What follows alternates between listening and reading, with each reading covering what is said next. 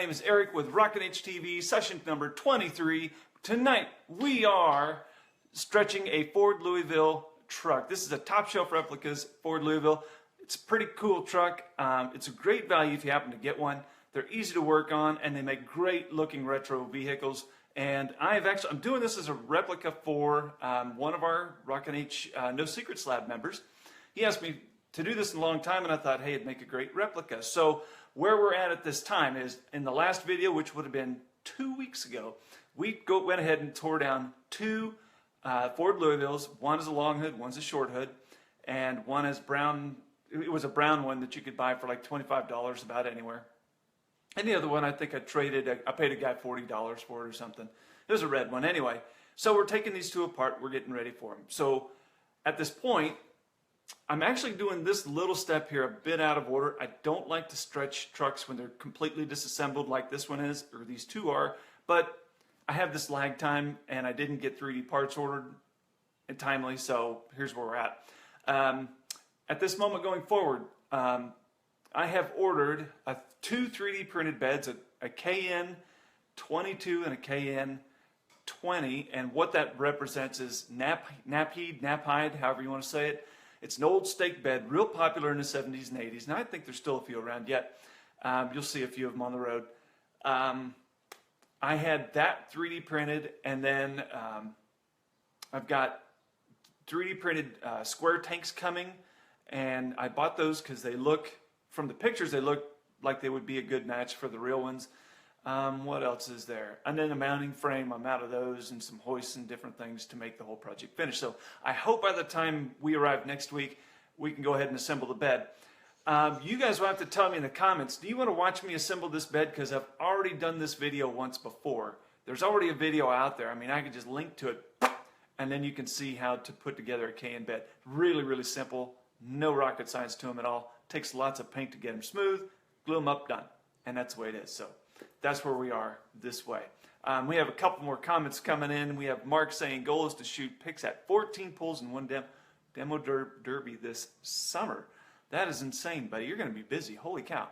And then Jacob joined us from wherever he's at. He's hauling a cat combine today, I think. Alexian from the factory and going someplace else. So welcome, Jacob. Okay, I'm going to turn on a light. I'm going to turn the camera around and we'll get going. Here we go.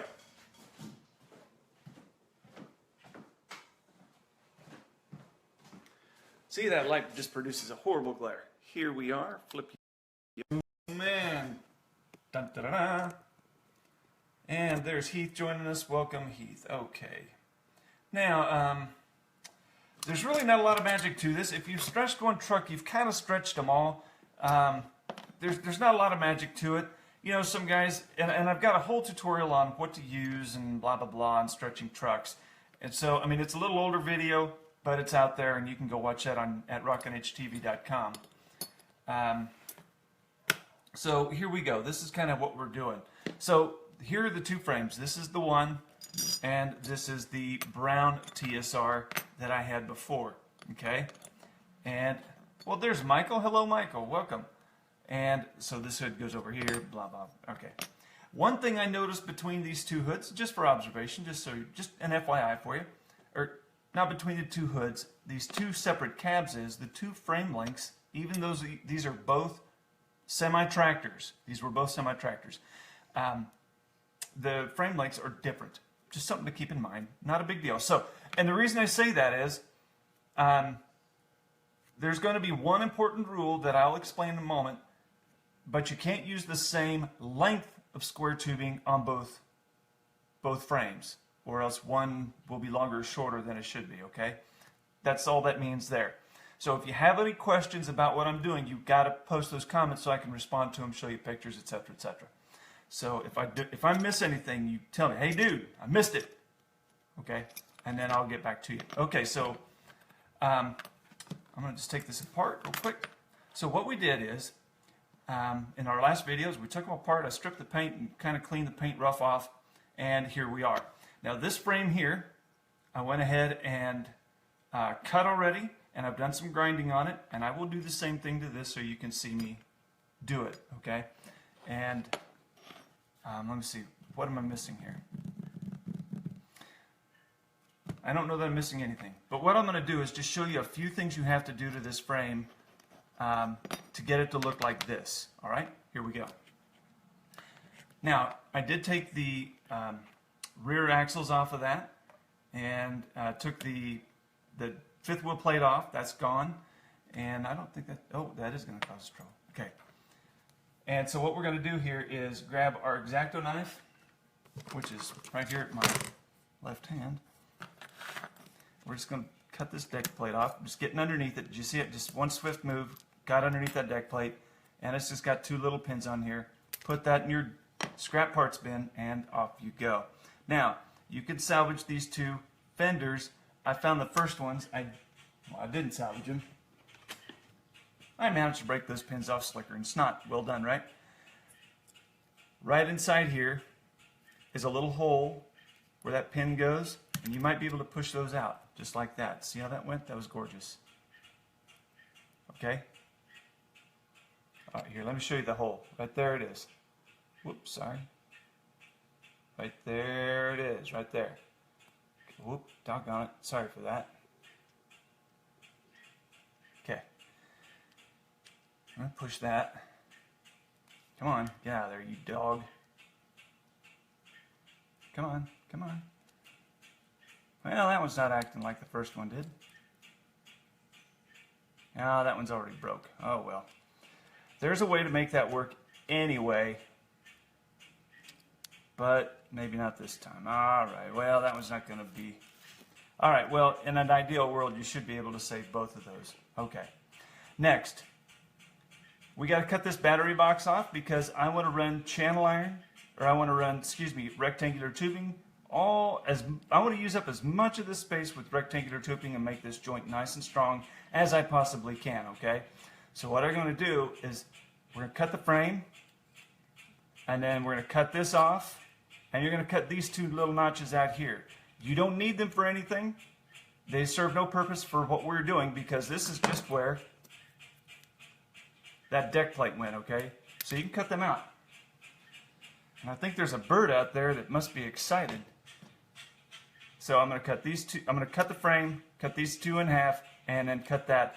Unfortunately, well, let me just turn you over here by the bandsaw. Hang on. Okay, it's not a great view, but there I am. Okay.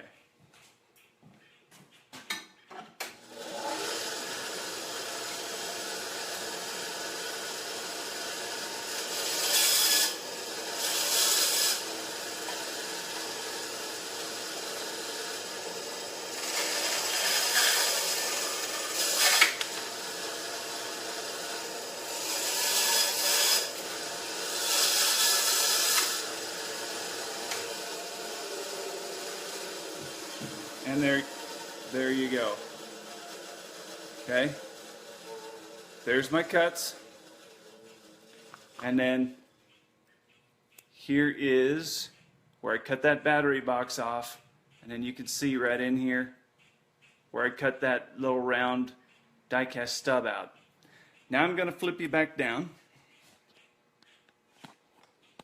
Or not. Or not. Come on. Oh, you knucklehead. Okay. Okay, so there we go on that. So we cut this off, and we cut the insides out, and this is what we're going to end up with right here. Okay? Now you can't even see where these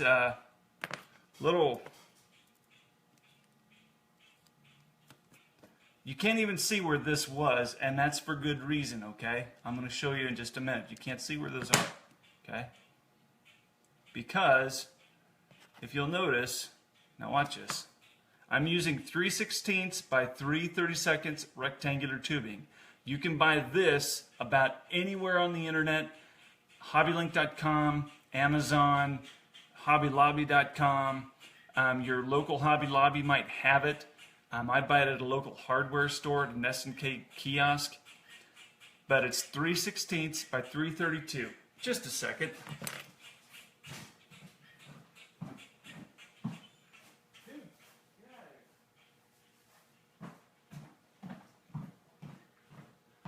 Now, a little break in the action. I had to go scare that stupid bird off. Holy cow, he was crazy. Sounds like he's coming back too for more. Anyway, so yeah, buy this anywhere that you can find it. So you'll notice that this frame is too big for our rectangular tubing. So what you have to do, you can use a file, you can use a sander, you can use your Dremel, and you're going to need to make this slightly narrower. And watch. Okay? Okay? So you're going to have to take some, I take some off the top of the frame.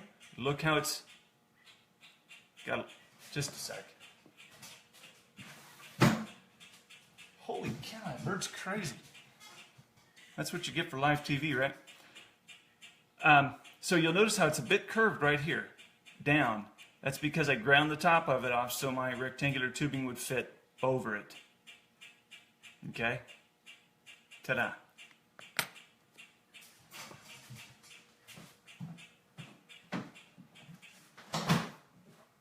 There!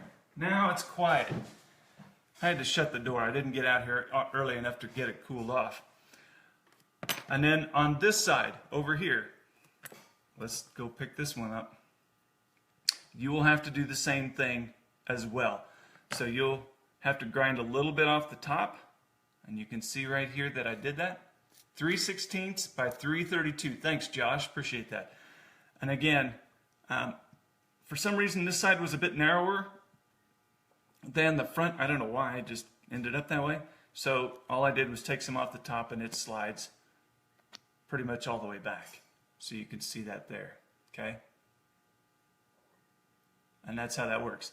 Now you might be asking, Eric, why don't you use rectangular channel iron or C-channel or whatever? The reason I'm not using C-channel on this particular build, if you're just stretching it out for a tractor, just an over-the-road tractor, use your C-channel, it's fine, no big deal. If you're using it for an end dump, which it's what we're doing here, my mounting system that I had 3D printed, let me see if I've got one. I was out of all the others. Okay. The reason for that is my whole system, the bed, the hoist, and everything all works together on this frame that we're going to mount to the frame of our bed.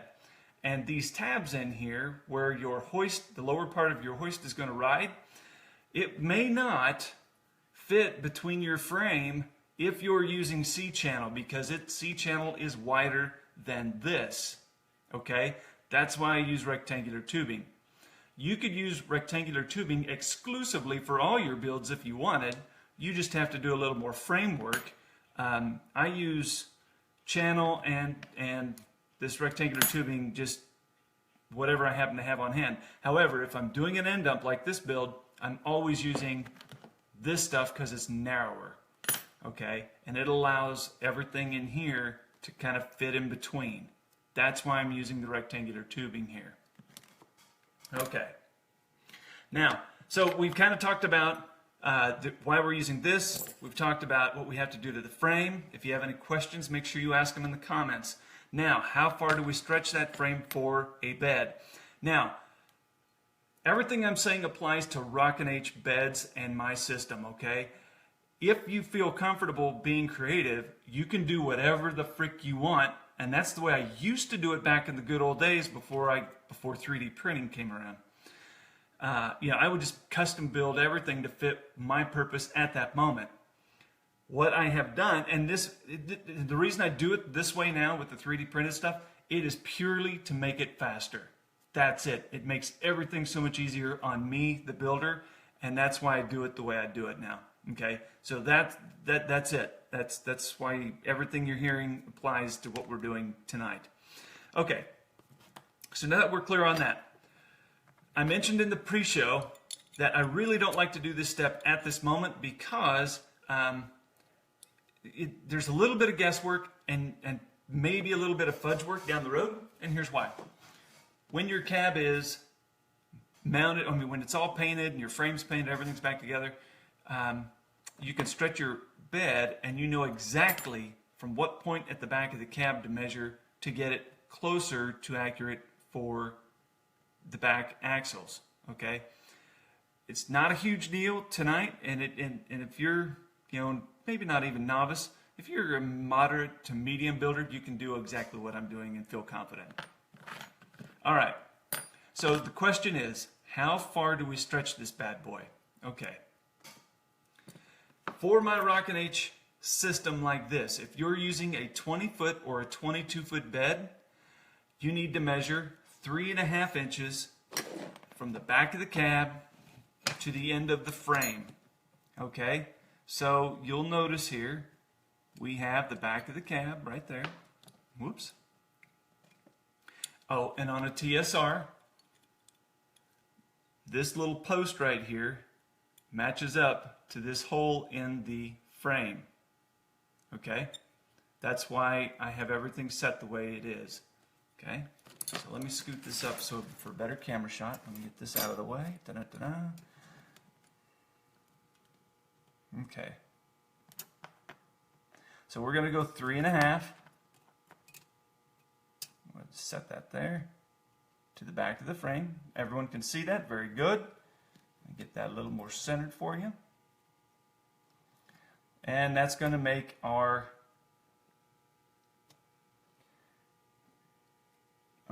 dadgummit, where's my pencil? I lost my pencil already. So I'm going to do here, I'm going to make just a little mark. So we know that 3.5 is good. So actually I'm just making a little mark here on my mat. This is why I said it's kind of a rough guess to some extent. And all I did was use a bad pencil.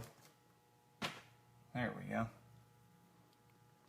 So basically I'm just kind of eyeballing this piece of the frame right here, making a mark on my mat, and then our channel iron is going to go clear back to this little bump here on the frame. Oh, got to pull that back just a little bit to 3.5. So we know. Now there are better ways to do what I'm doing. But like I said, when you're holding the cab loose and everything's kind of wonky, it's hard to do. Okay, so we're going to go back and find our mark on our mat, which was right here. And we're going to, there's our another mark. So we need to have 2 inches of channel iron to start, or 2 inches of rectangular tubing to start. Okay, another way to do what we just did, let me put this back.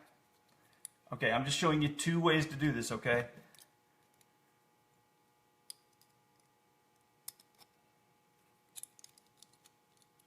Okay. Man, that bird is back and he's still causing trouble out there. It's a big old blackbird. I don't know what they're doing back there, but they are excited to be in my yard.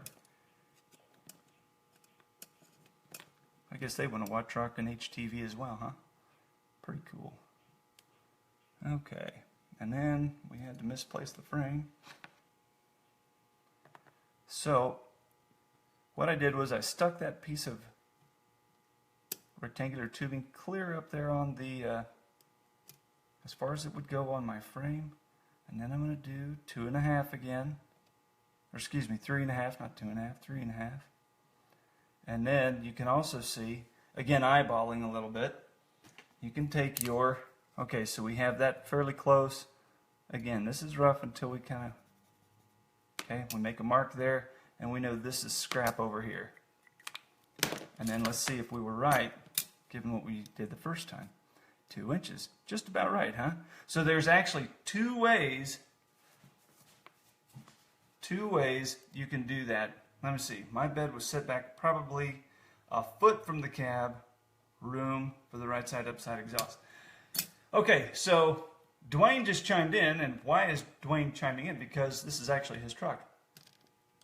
And he is telling me that there should be room back here for the exhaust to go between the cab and the bed, which is good to know. And he said it was a foot, so a foot in 1/64 scale, if I recall right, is 3/16, so we can actually count 3/16 back.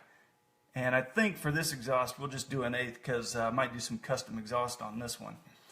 So we'll actually cut this just a little longer, and we can always shorten it up. Okay, I'm going to be right back.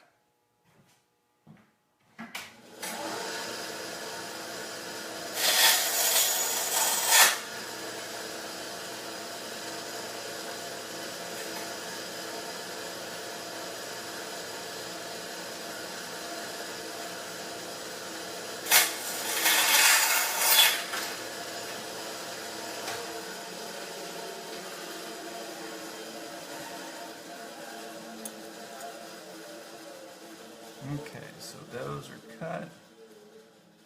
And you will have to give yourself, just be really easy on yourself, guys, if you don't get it right the first time. And the reason I say that is, you know, and for those of us that have done a couple of these, we still make mistakes.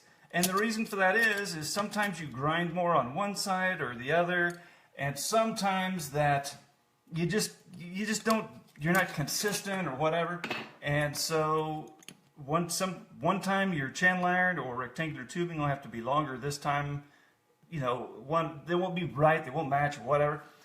Just forgive yourselves, go easy on yourself, stay with it, be persistent, and you'll be fine. Just do not go, shit, I can't do this, sucks, and give up. That is the worst thing you can do. Walk away from it, sober up, take a break, come back to it, and you'll be fine. But the worst thing you can do is just start bagging on yourself that you can't do it or you got too big of fingers. Everyone can do this. Just take some time and be real generous with yourself, and realize your first 2, 3, 4, even 5 builds are going to suck. That's the way it is. They're just going to be terrible. And then you're going to get better and better and better. So there's my little sales pitch for the evening. Okay. So you can see here, we have approximately 3.5 inches to the end of the frame. We are going to be, Dwayne just mentioned a bit ago that he needs a little more room for exhaust on this bed. So you can, watch this, we're just going to pull that out a little bit. It's okay. Look at that. See, now we just gained a little bit of room. Instead of 3.5, you have 3 7/8. The way I measured this at the beginning of this conversation was the bed was going to rest exactly up against this. You know, there wouldn't be a lot of room between the back of the cab and the bed. No worries, no worries. Here, look at that. Just boom. You pull that out. Just a little bit. Boom. You got it. You're done. Okay? And that is, my friends, how to stretch a bed. Now, there's one more piece of this frame we have to touch up before we can actually do the mounting of a bed on it when it's all ready to go back together. And here's what it is. You'll look right here. See these two little nubbins? This is where your 5th wheel plate sat prior to it being taken off. We need to grind this smooth, and here's why. Watch this. Hi, Michael, how are you? Hi, Matt, how are you? This frame is going to sit on this bed, and if you don't grind those two stubs off, look at that. That's going to be dumb. You don't want that. You want to grind those off. I'm going to do that quick. I'll be right back.